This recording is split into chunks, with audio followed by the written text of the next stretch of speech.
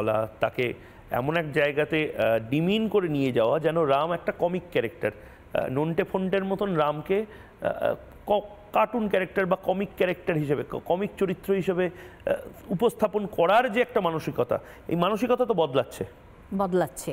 এবং ডেফিনেটলি এটা বুঝতে হবে যে আজকে থেকে 10 বছর বা 12 বছর আগে যুব সমাজের যে দৃষ্টিভঙ্গি ছিল ধর্মের প্রতি, আজকে কিন্তু সেটা নেই।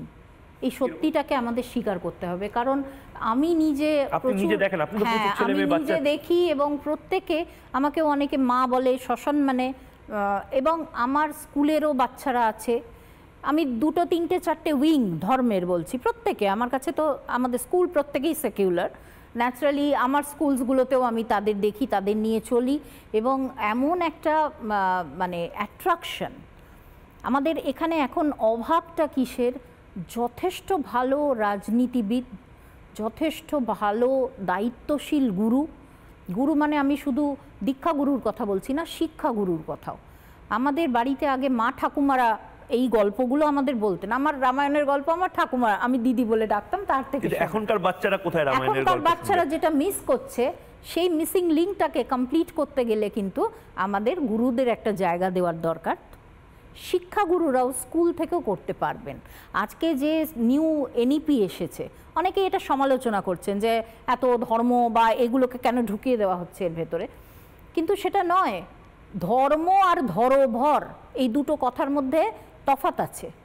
ধর্ম মানে একটা ওপর আমি কলার খোসার মতো সেটাকে মেনে চলছি, আমার ভেতরে কোনো চেঞ্জ এলো না, দ্যাট ইজ নট স্পিরিচুয়ালিটি।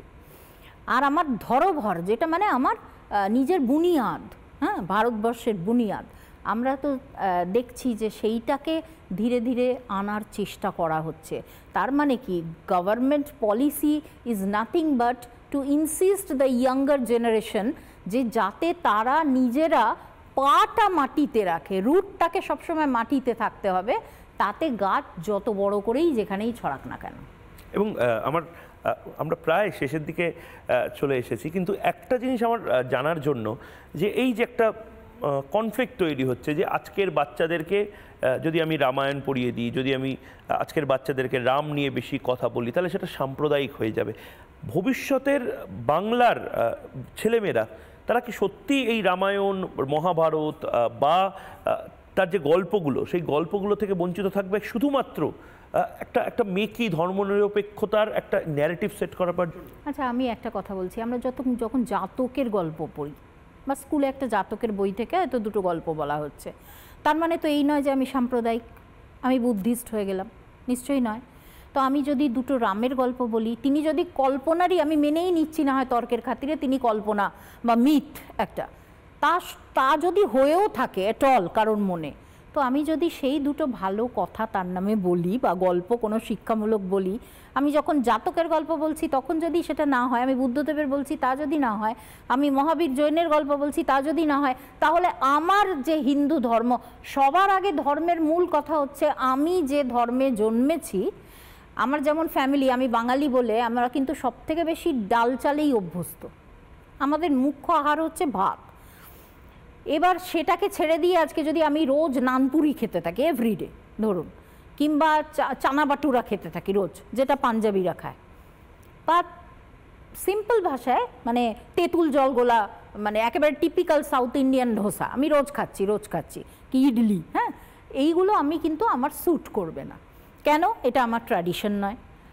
আমি বাঙালি হিসাবে আমি যদি আমার জিনিস, তেমনি ধর্ম হচ্ছে সেম। আমরা ভারতবাসী হিসেবে যদি আমাদের ধর্মকে, এই যে সনাতন ধর্ম, হিন্দু শব্দটা মানে নিয়ে এত বিতর্ক, হিন্দু সনাতনী এই সমস্ত, সত্যি কি এটা বিতর্কিত বা সাম্প্রদায়িক? না, বিতর্কিত বা সাম্প্রদায়িক এই কারণে নয় যে আমাদের তো মানে যেটা বলতে আমি ছেড়ে দিয়েছিলাম, ধরোভর মানে আমাদের ট্র্যাডিশন, সেটাকে আমাদের মেনটেন করেই চলা উচিত।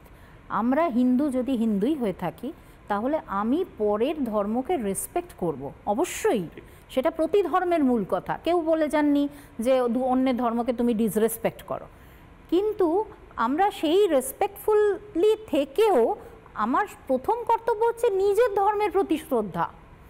এবং আমি সশ্রদ্ধভাবে রামের নাম উচ্চারণ করি।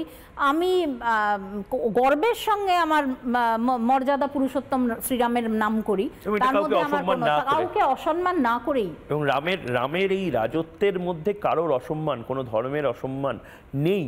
যদি কেউ রামকে সামনে রেখে বা রামের এই যে গোটা আয়োজন, এই গোটা উৎসব, সেইটাকে কেন্দ্র করে কোথাও অশান্তি সৃষ্টি করার চেষ্টা করে, সেটা বোধহয় রামরাজ্যের কোনো মোরালিটির বা ফিলোসফির মধ্যে পড়ে না।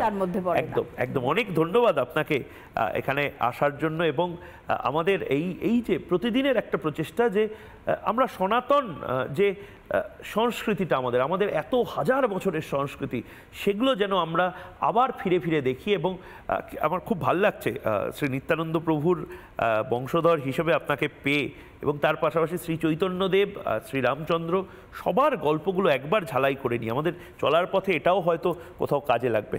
অনেক অনেক ধন্যবাদ আপনাকে। আপাতত এখানেই শেষ করছি। আমি ময়ূক রঞ্জন ঘোষ। অন্য সব খবর দেখার জন্য চোখ থাক রিপাবলিক বাংলায়।